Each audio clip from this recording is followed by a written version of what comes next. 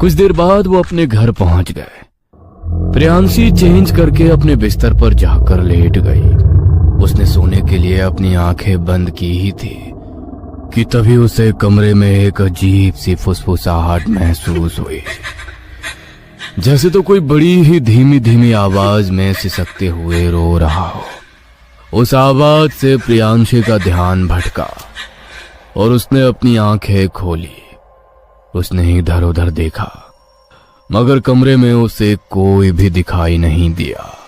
ये कैसी आवाज आ रही थी अभी? लगता है मेरे कान बज रहे हैं। थोड़ी देर बाद प्रियांशी फिर से अपनी आंखें बंद करके लेट गई, मगर इस बार भी उसके कानों में वही रोने की सिसकियां सुनाई दी और इस बार वो आवाज पहले से ज्यादा तेज थी। प्रियांशी घबराई और उसने फिर से अपनी आंखें खोलकर इधर उधर देखा।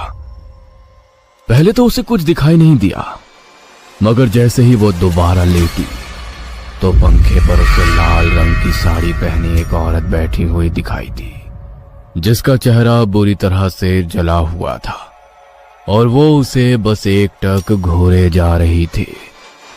उसे देखकर प्रियांशी को कुछ समझ नहीं आया कि वो उसके आंखों के सामने की हकीकत है या कोई बुरा सपना। प्रियांशी ने अपनी आंखें झपकाई तो देखा कि इस बार पंखे पर कोई नहीं था, मगर अगली आंख झपकते ही फिर से उसे वो औरत पंखे पर लटकी हुई दिखाई दी और वो सीधी उसके ऊपर झपट गई। प्रियांशी जोर से चिल्लाई और उसकी चीख सुनकर बगल वाले कमरे में सो रहे उसके मम्मी पापा दौड़कर वहां आए। क्या हुआ तुझे? इतनी जोर से क्यों चिल्लाई तू? हाँ, सब ठीक तो है ना बेटा? कोई बुरा सपना देख लिया क्या तूने? प्रियांशी ने अपने मम्मी पापा की बात का कोई जवाब नहीं दिया और चेहरा फेर कर लेट गई। उसके मम्मी पापा ने फिर से उसे आवाज लगाई, मगर जब उसने कोई जवाब नहीं दिया तो वो दोनों अपने कमरे में चले गए।